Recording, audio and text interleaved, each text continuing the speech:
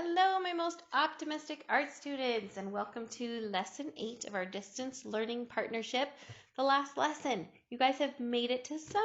Congratulations! All right, today I'm going to teach you how to draw on line paper.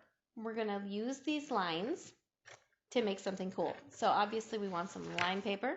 If you don't have line paper, you can just use white paper and a ruler and a pencil or pen and make you some lines. But it's really fun to use notebook paper. Also, pencil, maybe a fine line marker or Crayola markers, and some colored pencils and an eraser. All right, you have all your stuff? Then let's get started. I drew celebration ribbons because it is summer. We made it. So I drew these curly fun ribbons. Now the point of today's drawing is to draw with the lines that are there to make your objects look 3D. Does it look like my ribbon is weaving in and out between the lines of the paper, going under and over? That's the goal. So let's go and make one of these. And you can make it, I finished whatever grade I'm in sign and put it in your window. That'd be awesome. Okay. First things first, to make our curly ribbon, really simple, we're just going to make a curvy swirly line, crisscrossing over, make you some big loops. Okay. And now, to make it look 3D, we are just going to come on the other side of that line and just follow it around. Oop, got small in there.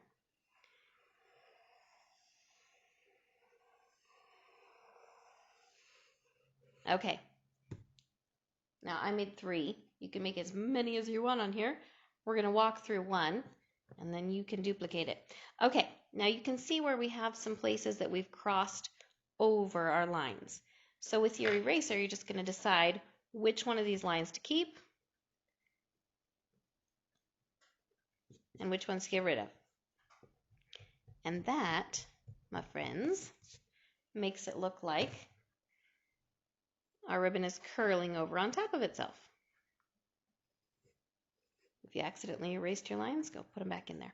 Okay, there we go. There's our ribbon, and now it's time to make it look like it's weaving in and out through the lines on our paper.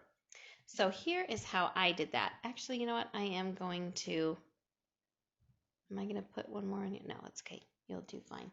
Okay, what I did to remind myself where I was needing to erase, I made a little guide over here on the edge by putting a dot on every other line.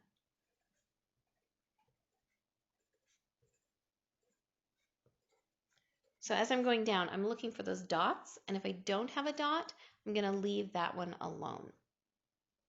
So with my eraser, when I come to a line with a dot, then I am going to erase the ribbon over that line. And if I have 2 places where my ribbon crosses this line, I'm going to erase one and leave the next one. That's going to give us that under-over weave look. So coming down here, yeah, this is where it might be good to have a few, because what I did was I kind of went back and forth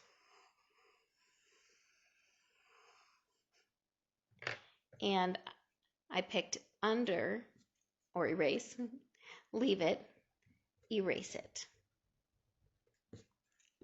And then the next one I started with leave it, because up here I started with erase. So now I start with leave this, then erase this, and leave this.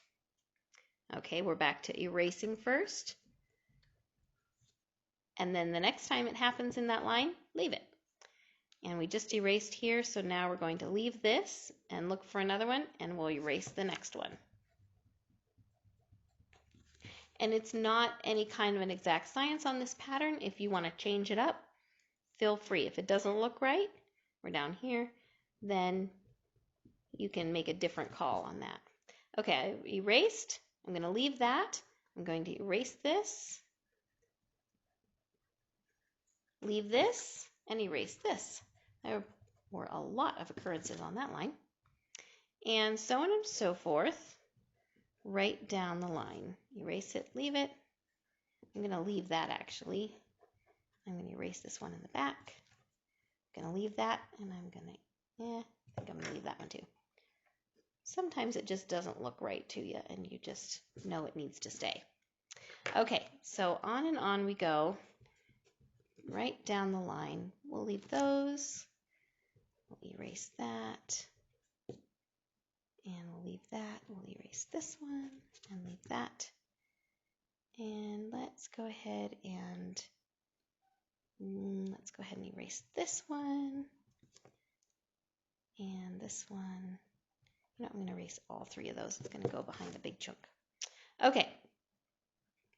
And we'll erase behind. And lastly, we'll erase this little one. Okay, so now you have your guide. Now it's time for your marker. I'm going to use a thin line black marker so that you can see it. You might be ready to pull in your colors at this point. So now that you have your little pieces erased, you're going to go over everything that you have left. Don't stress about it if you don't quite hit your lines. That's why we have an eraser. It's going to come in handy in a minute. Okay, we just have little partial lines, little arcs here from what is sticking out. And wherever we don't have a line, our eye tells us that our ribbon is going back behind.